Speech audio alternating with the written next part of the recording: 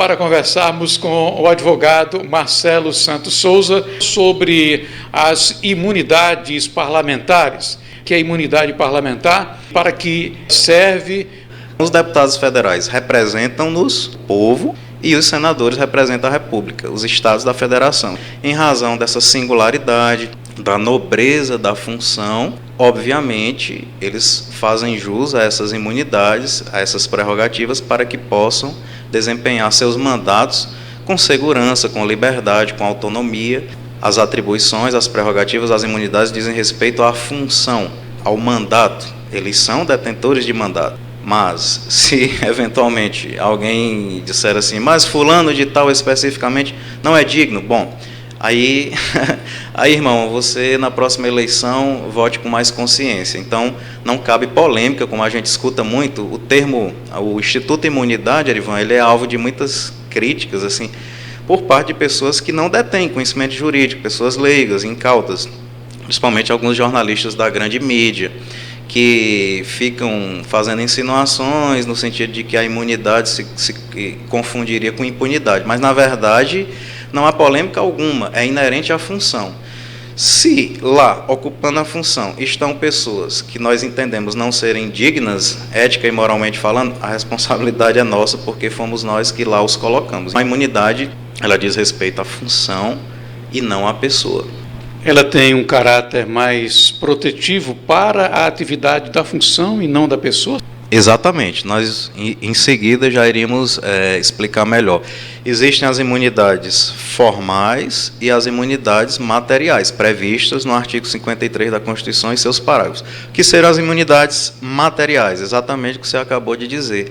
Para que possam exercer seus mandatos eletivos com liberdade, com autonomia, com independência, inclusive expressando suas ideias, opiniões, falas, pensamentos, ideologias, político-partidárias inclusive, eles detêm em razão da função, do mandato eletivo. Tanto é, Erivan, que se o deputado ou o senador, o parlamentar, não estiver no pleno exercício, no efetivo exercício do mandato, imaginemos que ele esteja exercendo a função de ministro, por exemplo. O nosso senador aqui do estado do Piauí, o Wellington Dias, hoje é ministro. Ele não detém mais essa imunidade, porque ele deixou de ser parlamentar, deixou de ser senador, para exercer a função de ministro. Ele não está no exercício do mandato. A imunidade diz respeito ao pleno exercício do mandato. E, no caso de deputados e senadores, estende-se aos limites geográficos do país. O senador, o deputado, onde ele estiver no Brasil, no exercício da função de parlamentar,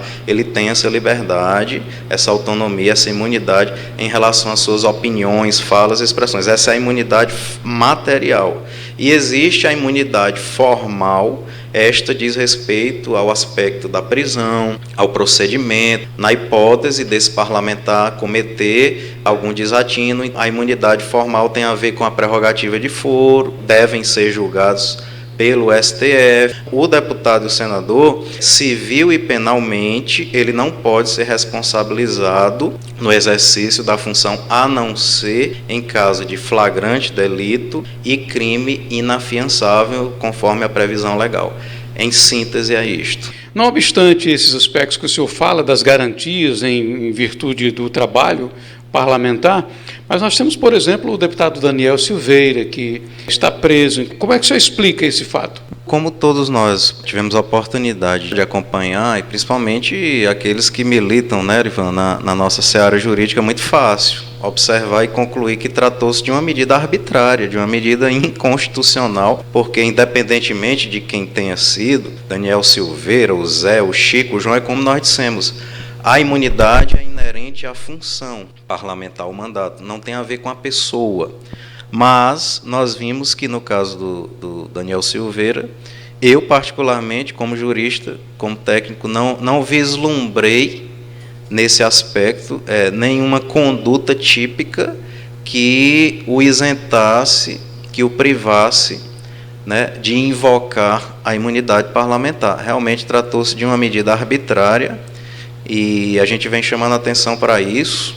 No Brasil, recentemente, instalou-se um regime ditatorial comunista que diz respeito à Constituição, que rasga a Constituição que não obedece, que não cumpre. Foi um caso bem emblemático em que a graça, que é um instituto jurídico que foi concedido ao deputado Daniel Silveira por parte do presidente da República, foi simplesmente desconsiderado. E é textual. Para nós que somos da área jurídica, é muito claro. Nós estamos realmente muito preocupados e nos mobilizando, nós da comunidade jurídica, os que verdadeiramente abraçam o direito, amam a ciência jurídica. Nós estamos atônitos diante dessa situação de exceção que se instalou no Brasil, em que o direito está sendo vilipendiado, o ordenamento jurídico rasgado, a Constituição ignorada, princípios básicos, elementares do direito brasileiro estão sendo preteridos em prol de interesses escusos mesmo, de personalismos que atentam e ferem de morte o próprio princípio republicano, como foi ressaltado agora há pouco.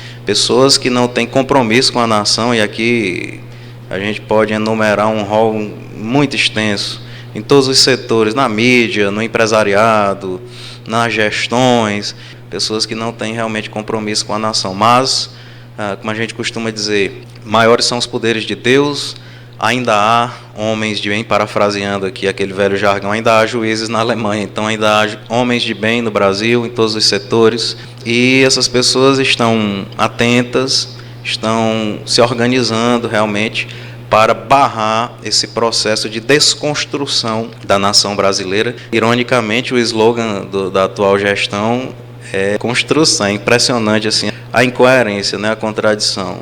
Nesse contexto todo, a imunidade parlamentar ela é, de fato, uma conquista jurídica, histórica, justamente como nós dissemos no início, para que o bom parlamentar, e aqui quando a gente diz o parlamentar, leia-se, o bom parlamentar, aquele que merece lá estar, né? Aquele que lá foi conduzido de maneira legítima e que atende, preenche os requisitos, não só técnicos, mas ético-morais para lá estar. É uma garantia que, de fato, os parlamentares têm para bem desenvolver o seu mistério.